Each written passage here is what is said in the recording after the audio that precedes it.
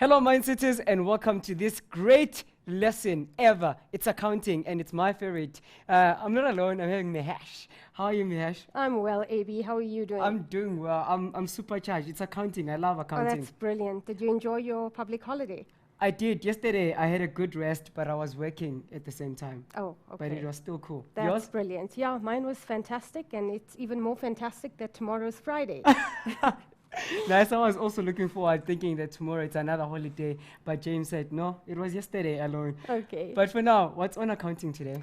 Okay, today, guys, we are going to be focusing on the balance sheet. So we're going back to financial statements, Yes. which we've already touched on in previous lessons. But today is the opportunity where we're going to focus on an exam type question on the balance sheet. Right, nice Okay. one. And I know this is just a build up from what you've been learning from grade 10 too. So Mindsetters, hope you're up and ready. Go take your position and let's learn. Okay, brilliant. Right, Mindsetters, to learn with us today, it's quite simple. Make sure that you join me over Facebook. Our Facebook page is facebook.com/LearnExtra. You can also join us on Twitter. Follow us at LearnExtra. And lastly, make sure that you get today's notes on learnextra.co.za/live. From me, AB, see you in a short while. Mehesh, take your time. Okay, thanks, AB. Hi, guys. Welcome to another accounting lesson. Today, like I mentioned already, we're going to be focusing on the balance sheet, and we're going to look at an exam type question on the balance sheet. Right, what are we specifically going to focus on, guys? We're going to focus on, let's get a pen out there. We're going to focus on some, there we go, we're going to focus on some year-end adjustments that relate specifically to your balance sheet. Right, guys, I'm not going to waste any time. I want to go straight to a question itself. We will touch on the format of the balance sheet as we're doing the question, so let's get started. Right, today's question is taken from November 2010. Question 4, company concepts will be tested. Financial statements, so this is where the balance sheet is going to come into play. And then something that we are not going to focus on, guys, is ratios and the audit report. Remember, we're only focusing on that balance sheet. Right, the information that we've got. The information below was extracted from the financial records of Monjaji Limited, and we are required to do the following.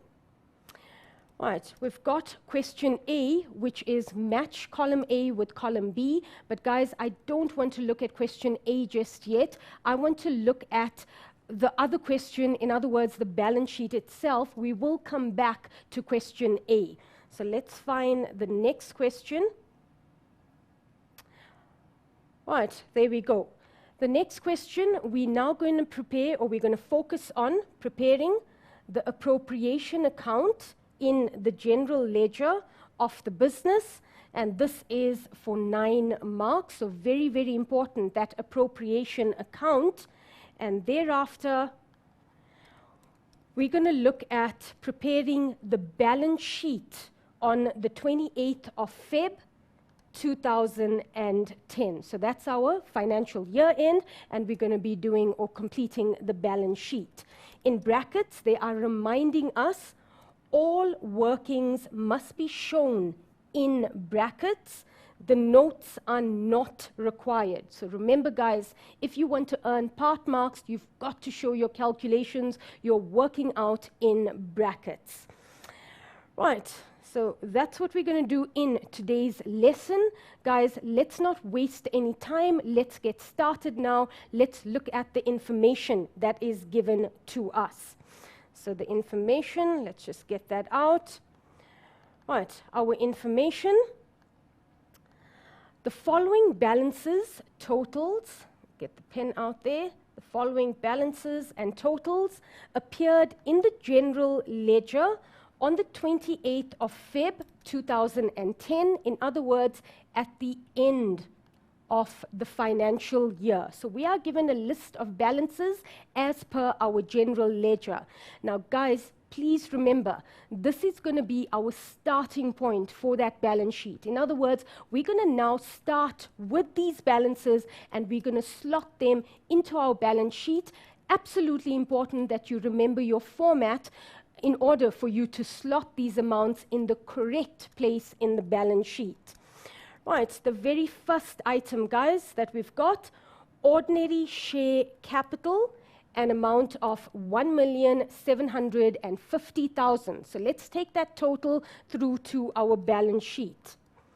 Okay, so in our balance sheet, remember guys, your balance sheet is simply A is equal to O plus L. Ordinary share capital is O, owner's equity. So this is going to fall under equity and liability section. Okay, there we go. There's our equity and liability. Ordinary shareholders' equity, and we're looking for ordinary share capital, which I've already filled in for you guys. Open brackets, we're bringing down that amount of 1,750,000. Okay, in brackets, because I may have to adjust this figure depending on the information or the additional information that the question could give me. Right, let's go back. Next bit of info, I've got share premium, guys, an amount of 50,000. And again, share premium is owner's equity. So in the balance sheet, we're going to slot in the 50,000 share premium. So back to the balance sheet. Oh, there we go. Where's that balance sheet? There we go. Share premium, let's get the pen out, in brackets, an amount of 50,000. Okay, right, back to the general ledger balances. Next item, retained income, and this is on the 1st of March 2009. In other words, it is my retained income at the beginning of the year. Now remember guys, in this question we've also got to do an appropriation account, which means retained income at the beginning of the year is part of that T account, that general ledger account. So I don't want to waste time.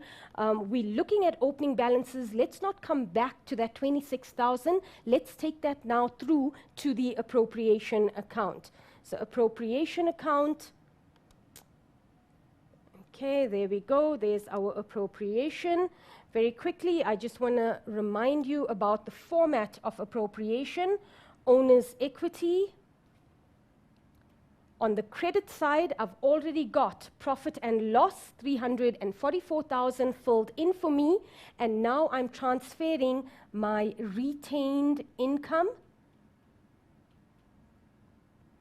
Okay, retained income, and remember guys, this is at the beginning of the year, and that retained income was an amount of 26,000. We'll just double check that figure in a moment, but for now, let's just fill in the retained income, 26,000. Right, yeah, it was 26,000. Okay, let's move on.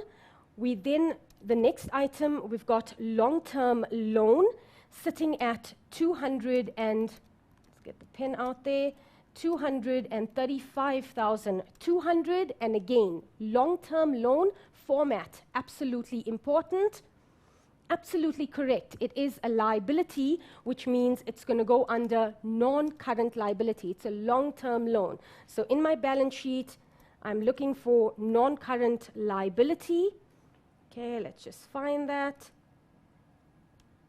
Okay, there we go, non-current liability. Very important that I mention the name of the bank. Okay, so it's Oka Bank or Oka Lenders, according to the question. Oka Lenders. And in brackets, that loan amount, guys, was 235,200. Okay, right, next item.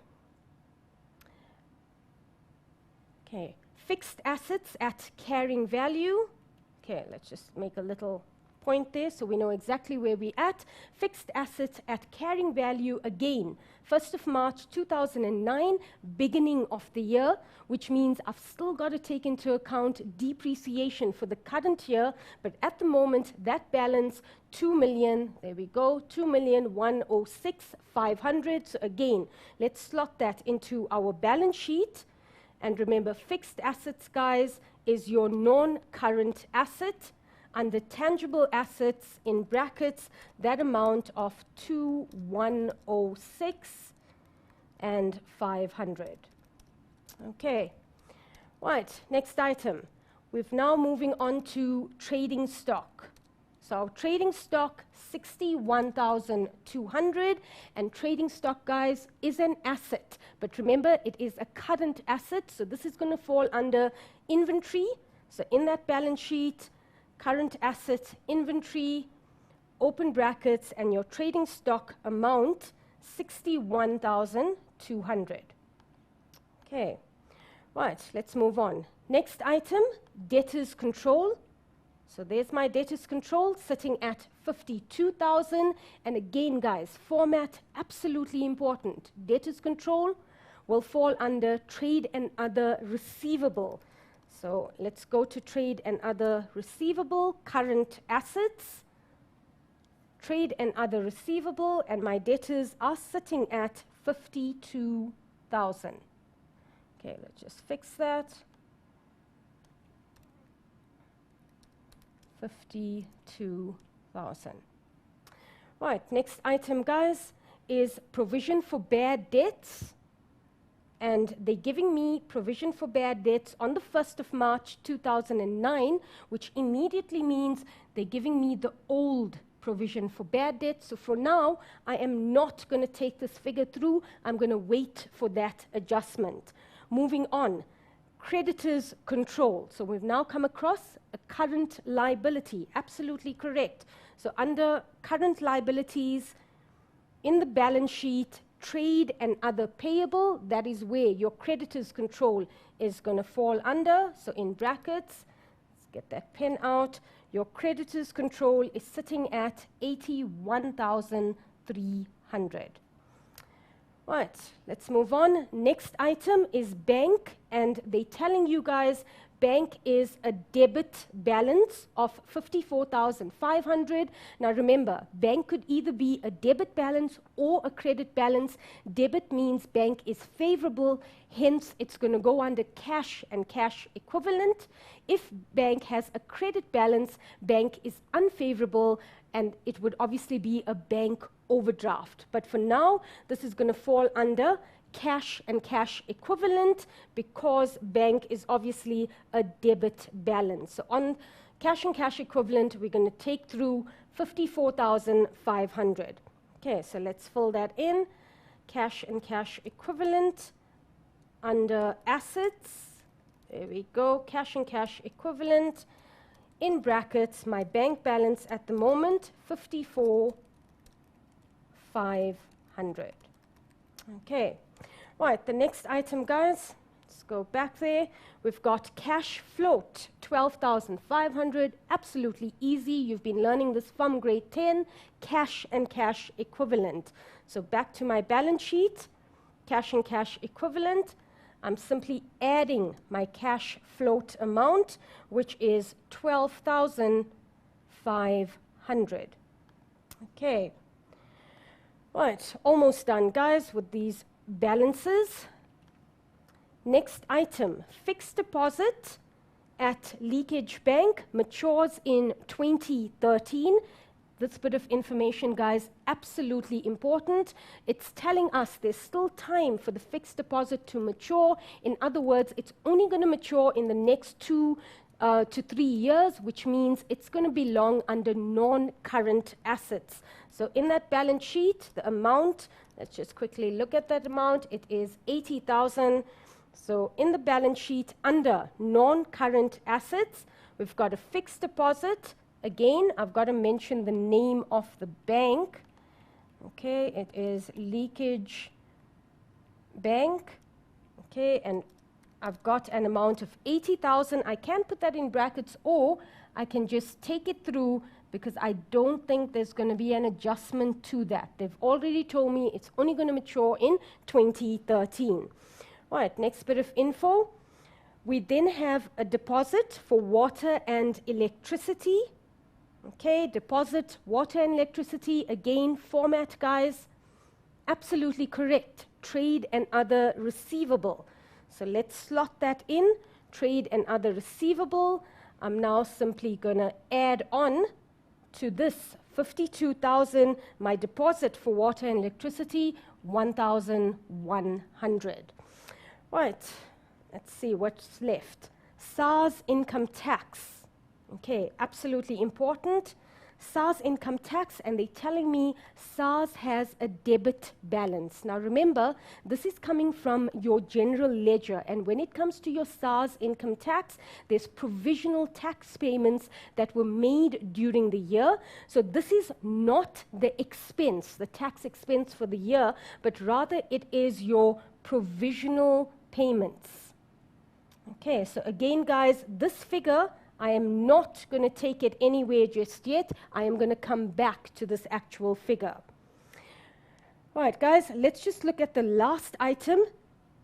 Pension fund, 11,500. And remember, guys, that 11,500 is going to fall under current liabilities, trade and other payables. That's where the pension fund amount is going to be slotted in, plus 11,500. AB, I think we should take a break. I think so too. On that great note, I'm sure that mindsetters are learning a lot. And you know what, Mahesh, you just reminded me a quote from my high school teacher, Mr. Hlongwan. He used to say that the key of keeping balance in your own life, it is knowing where and when you have lost it. So always double check, mindsetters. See you right after the break.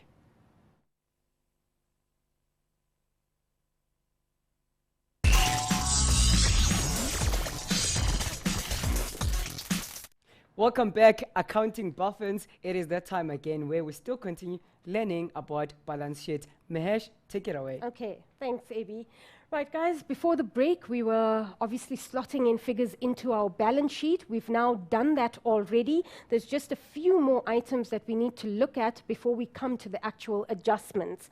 Right, moving on to your nominal account section, we've got ordinary share dividends. And then in brackets, they are telling us this was an interim dividend. Now remember, an interim dividend, dividends paid during the year, an amount of 80,000. Now this amount, guys, it's coming from the nominal account section, which means it will not go into that income statement, into the balance sheet. But do remember that we are preparing an appropriation ledger account. So that 80,000, my interim dividend, 80,000, that is where I'm going to slot that amount into that appropriation account. So let's do that. Okay, there's my appropriation account. So thus far with my appropriation account, guys, I've recorded my profit and loss, or it was recorded for me, retained income at the beginning of the year. And in terms of appropriating this profit, so on the debit side, I've got the very first item, ordinary share dividends. And guys, please remember, you are not allowed to abbreviate in the exam. This is just for me, but not for you guys. Open brackets, and my interim dividend, guys, is 80,000. I still need to come across that final dividend. Right, back to the information. Let's just find that quickly. There we go. Right, the next bit, I've got final account section given to me. Trading account, gross profit, not necessary in this case. Profit and loss account, that net profit, guys, remember this amount was already taken, it was already filled in appropriation for me. Right, now let's start with the actual adjustments. And the very first adjustment that we've got, or additional information. The company has an authorized share capital of 2 million shares with a par value of 2 Rand each. Now remember guys, you are not completing any notes, and because you are not completing any notes, the first bit of this information, authorized share capital, is not really necessary. But what you do however need is that par value of 2 rand. So for now, let's just circle it. I know we're going to need that info. Let's now look at information number 3. The following adjustments still must be considered. The first adjustment that we've got, the directors declared a final dividend of 10 cents per share on the 28th of Feb 2010. Okay, now remember, we're doing an appropriation account and we need ordinary share dividends. Ordinary share dividends, guys, is made up of interim plus final. So this adjustment is going to assist us to calculate what is that final dividend. Now, in order for me to calculate final dividend, I need, let's just extend the page there, I need number of shares issued. Okay, and I'm going to times my number of shares issued by each shareholder gets 10 cents per share. So let's start off with the calculation of number of shares issued. And this is where that par value of 2 rand is going to come into play. So if I go further up, I've got the information that is given to me at the top, ordinary share capital, 1,150,000. So remember guys, this is the rand value of shares. In order for me to calculate the number of shares issued, I am going to take my rand value, 1,750,000, and I'm going to divide this by par value of 2 rand. So let's get our calculator out and let's do exactly that. 1,750,000. Okay, and I'm going to divide that by 2 rand to get number of shares issued, which is 875,000. So let's go back to our calculation. Okay, so number of shares that were issued, 875,000. And I'm going to multiply this by 10 cents in order to calculate that final dividend.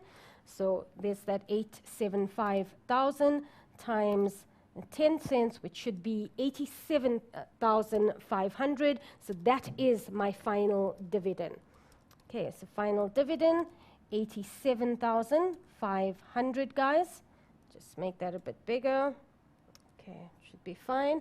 87,500. And remember, this amount is my final dividend.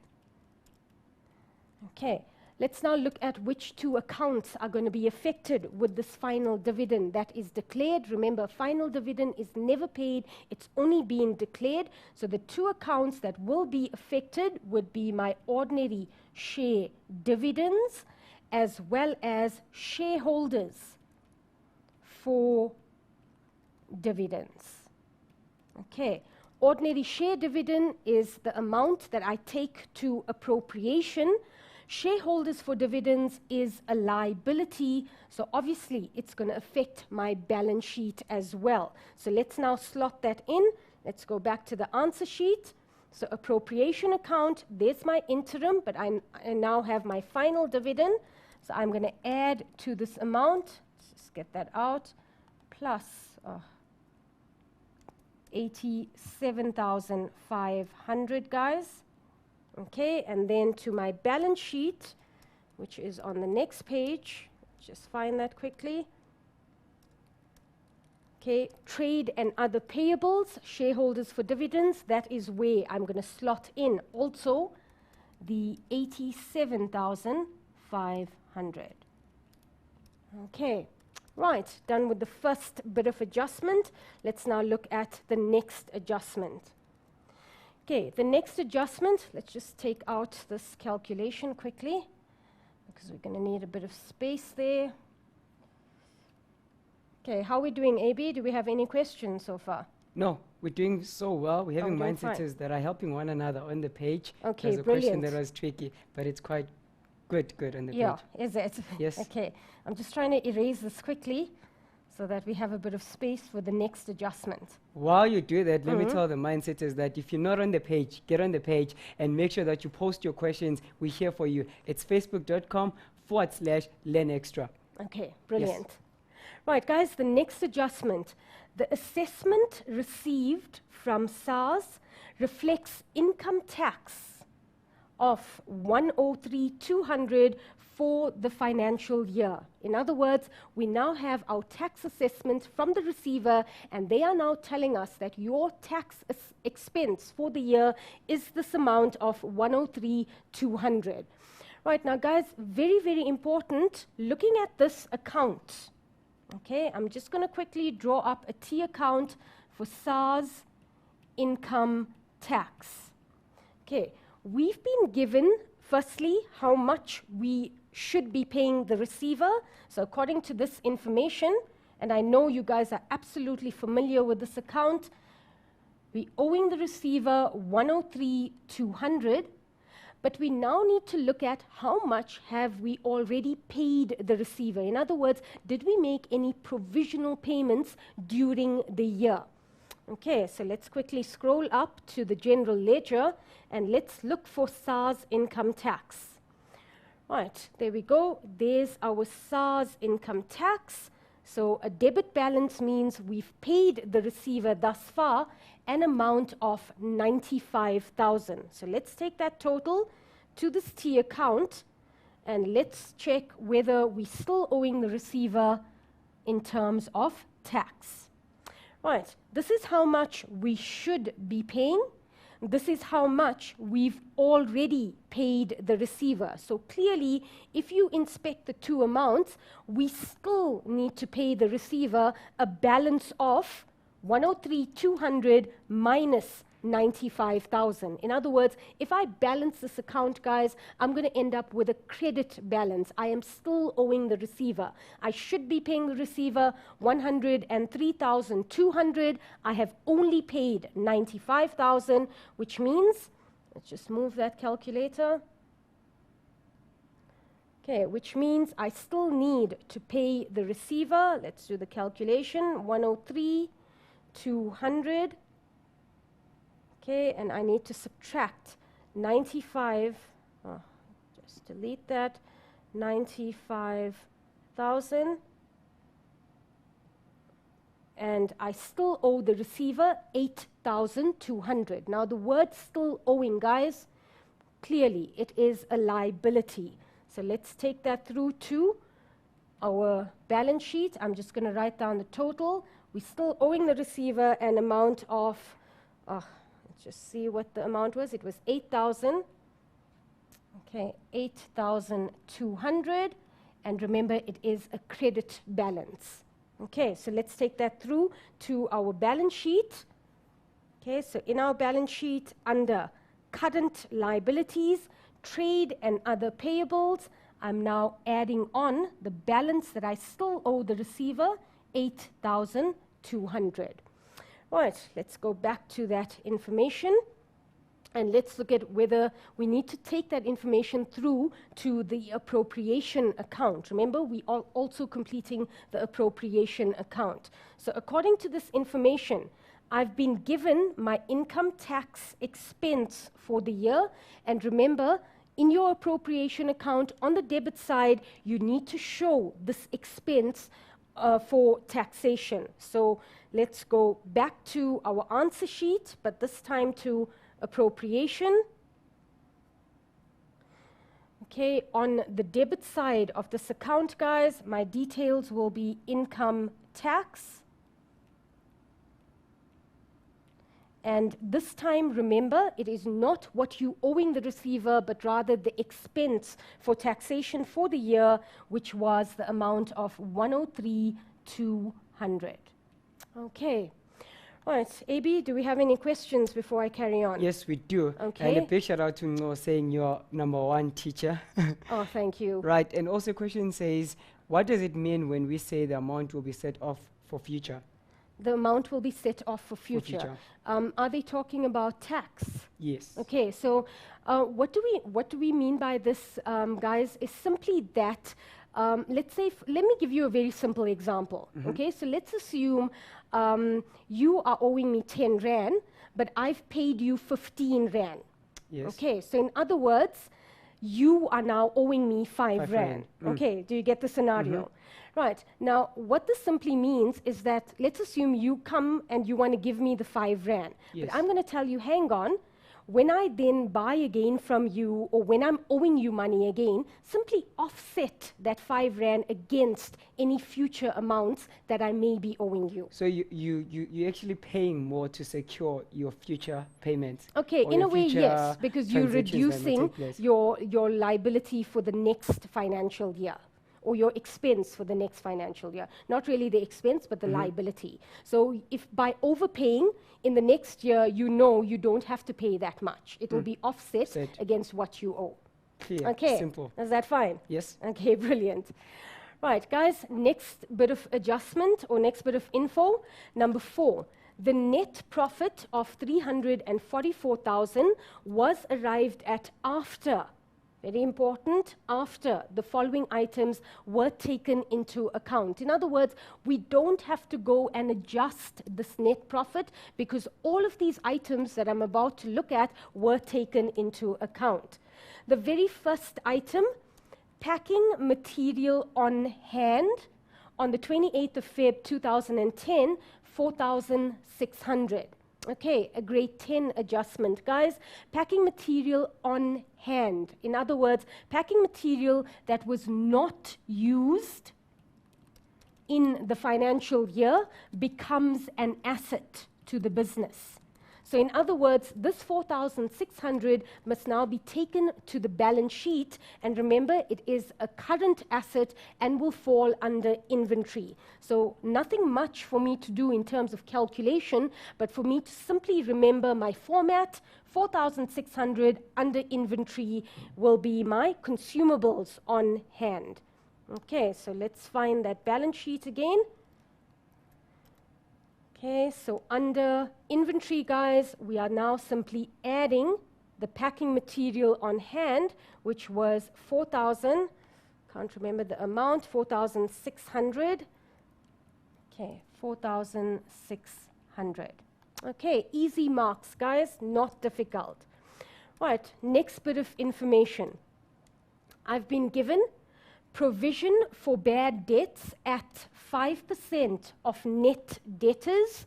In other words, this is now my new provision for bad debts. Now remember, guys, when we were looking at the general ledger, we came across provision for bad debts, but that was the old provision. So we now need to calculate what is that new provision. It is 5% of your net debtors. So let's now go to the balance sheet. Okay, and let's quickly find our debtors. Our debtors were 52,000, guys. Okay, just quickly to show you where I'm getting that amount from. Let's go back there. Do you think we should go for an ad break, Avi? Yes. Okay, On that brilliant. great note, while you're still looking for that, mindsets, just know that life is a balance of holding on and letting go of certain things that you don't want in your life. So to all the latecomers that are telling me on the page that they are late, keep balance, time management. See you after the break.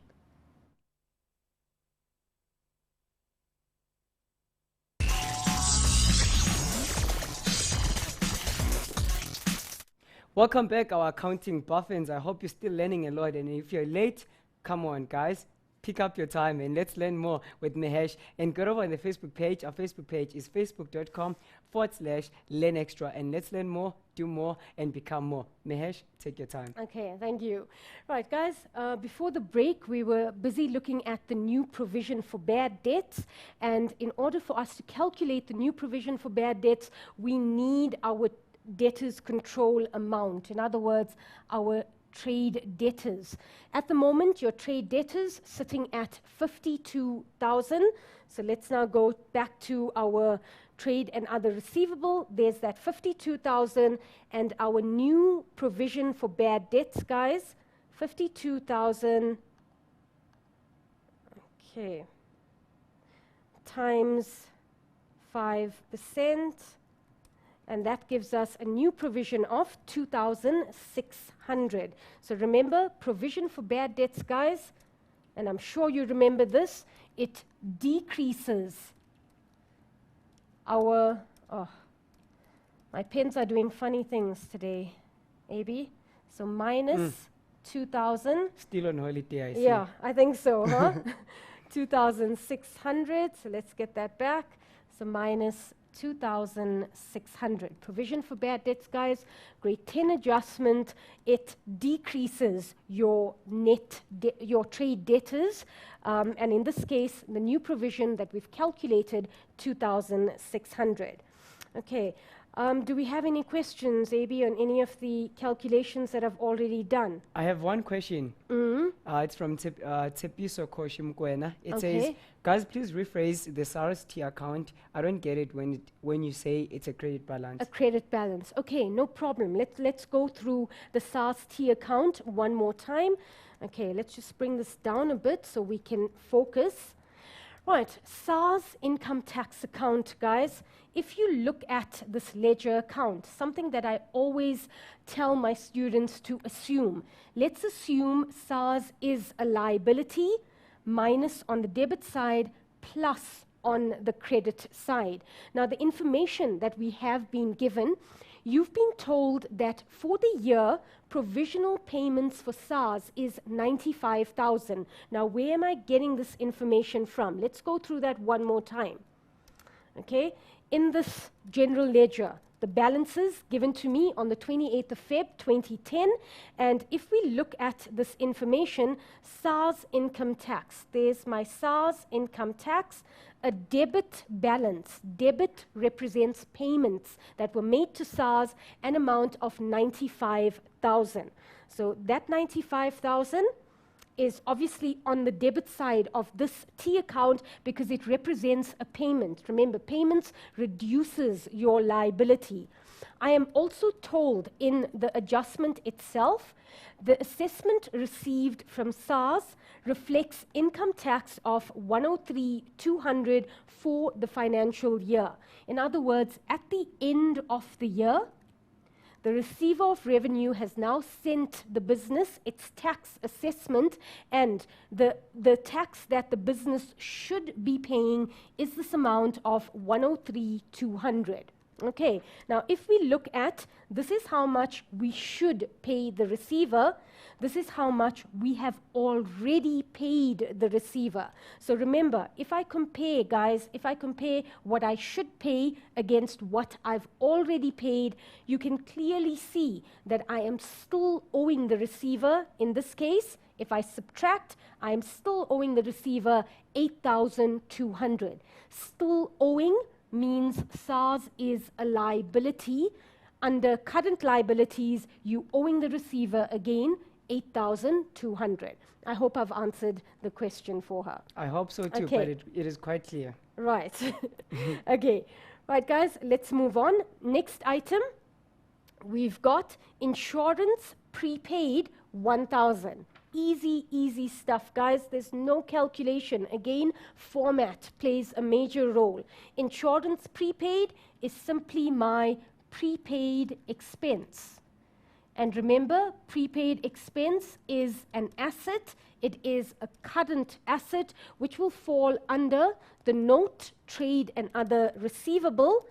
But in this case, we're not doing a note. We're doing everything in brackets in the balance sheet itself, on the face of the balance sheet. So under trade and other receivables, that amount of, let's just go back to the amount, it was 1,000.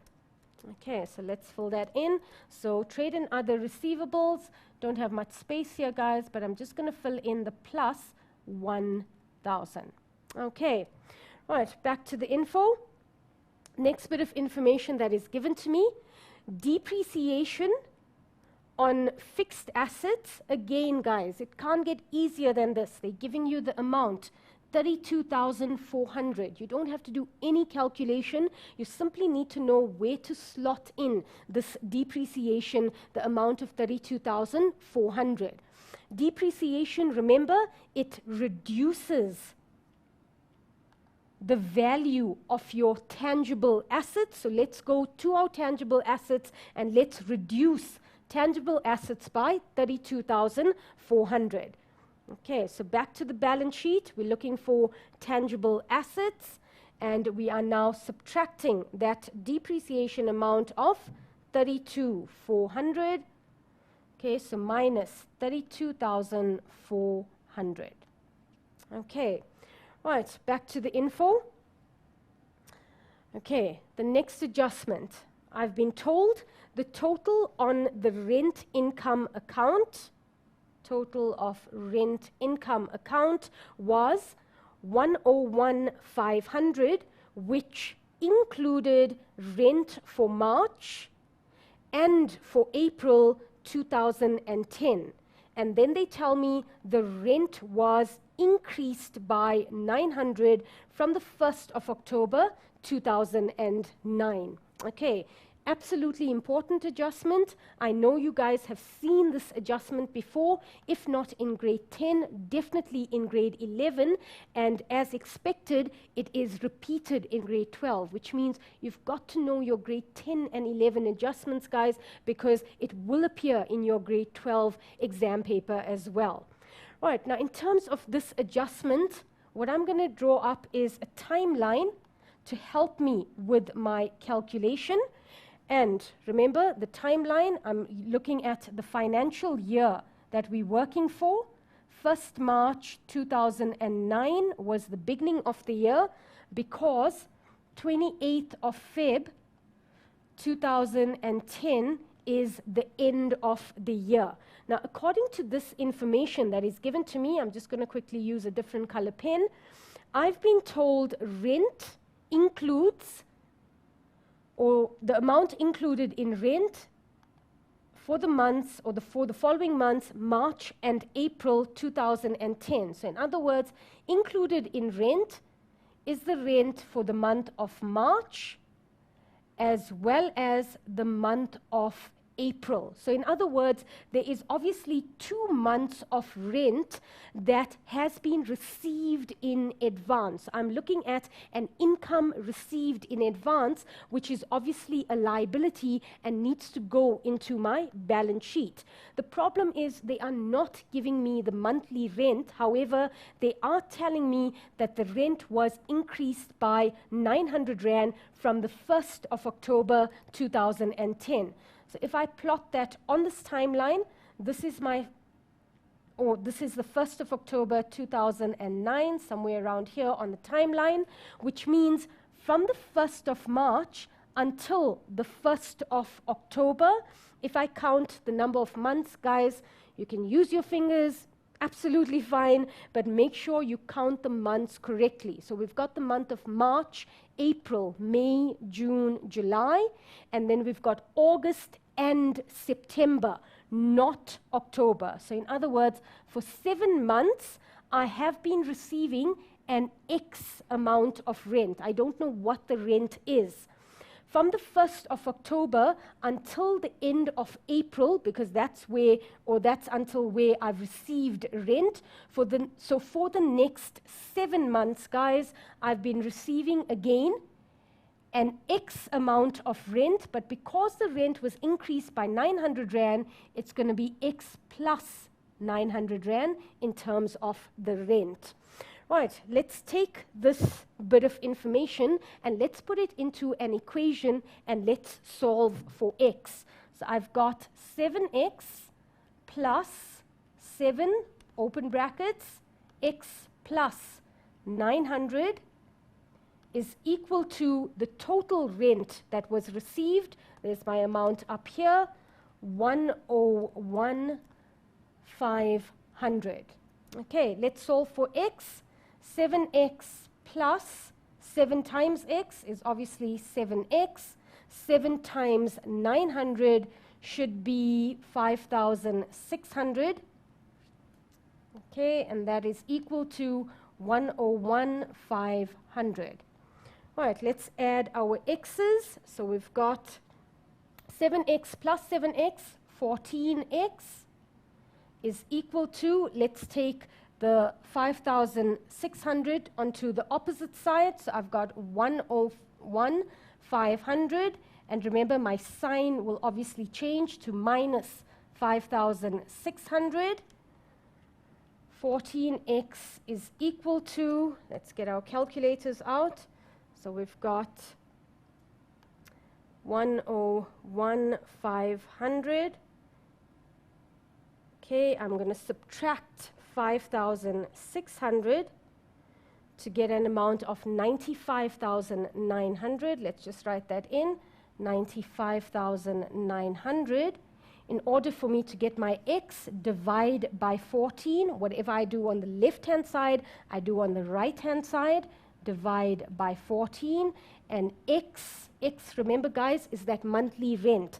X is equal to, let's get the calculator out again, divide that by 14, is an amount of 6,850. So x, 6,850, guys.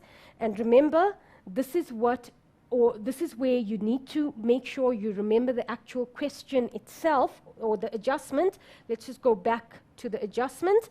We were told the rent was increased by 900 Rand from the 1st of October 2009, which means I need to remember to add on 900 Rand to this total in order to get the new rent that was received. So let's do that. Plus 900, and that gives me 7,750. So let's fill that in. Okay, 7,750. I'm just trying to think whether I've made a mistake. Has any of the learners picked up anything? Someone say, Tumete says, I really don't get how you first calculated the rent income account. The rent income account. But on this one, I don't think there's... Is there nothing on this one? Okay, we'll get back to that question, but let's just finish the calculation. Yeah. Okay, so your monthly rent, guys, that you've received, 7,750. And remember, in terms of the adjustment, there's obviously 2 months of rent that was received in advance, which means this amount needs to be multiplied by 2, and that would be my adjustment amount. So let's do that. Let's multiply that by 2 to get an amount of 15,500. Okay. So your monthly rent, guys, sorry, not your monthly rent, but your income received in advance. All right. Here's what the mindsetters are saying. Yeah, I feel I've made a mistake. This amount they said you made a mistake whereby you were saying 7 times 900. It is 6,300. 6,300. There we go. I don't know my multiplication. Okay. Right. Thanks, mindsetters. So this amount here is 6,000. Let's just do that quickly. 6,300. Is that right? Yes. Okay, brilliant. Which means this amount here would change. Let's just fix that quickly. Okay, let's get the calculator out. Okay, let's fix that, guys. 101,500 divided by, sorry, not divided. Let's clear that. Minus 6,300, and that gives me 95,200. Okay, so 95,200, and this looks more correct. Okay, and then divide that by 14 to give me 6,800. Okay, so 6,800. Just quickly fix that, and then we're adding 900 to that, guys. So plus 900, and I need to remember to multiply that by 2 and to get 15,400, and that is my adjustment amount. Let's just fix that quickly. 15,400. 400. So this is my income received in advance, and AB, all that hard work, simply now to slot it into the balance sheet. Let's just do that quickly, just to show the learners where this would fall under. So in your balance sheet, under trade and other payables, this is where you would add your 15,400. Okay, thanks guys for picking that up. Right. Okay, I think that's it. Smart mindset. Quickly, before we just call it a day, Yeah. let me just ask you these few questions that the mindsetters have. The first one is, when we're doing the balance sheet, how to find out who is owing who? Just repeat the question, AB. When doing the balance sheet, how to find out who's owing who? Who's owing who? Yes. Okay, that's a very general question. I'm not quite sure how to answer that. Who is owing who? Just remember, guys, you are the business. Okay, you the accountant for the business. And if the business is owing money to a supplier or to SARS, it is a liability. But if, for example, SARS is owing the business, it becomes an asset. All right, Okay. last one, quickly. So when I prepare SARS account, is it important to specify it by writing SARS income tax? It is, guys, because that is the proper terminology for the ledger account, SARS income tax. Okay. Well, on that note, I think it's a wrap. Is it? Yeah. Okay, time has gone by. And we've been learning a lot. Thank you Yeah, very much, Mahesh. okay. See you next week. Yeah, brilliant. Right. Mindsetters, thank you for tuning in, all you accounting buffins. From me, AB, and Mahesh, we just want to say cheers, keep up the balance.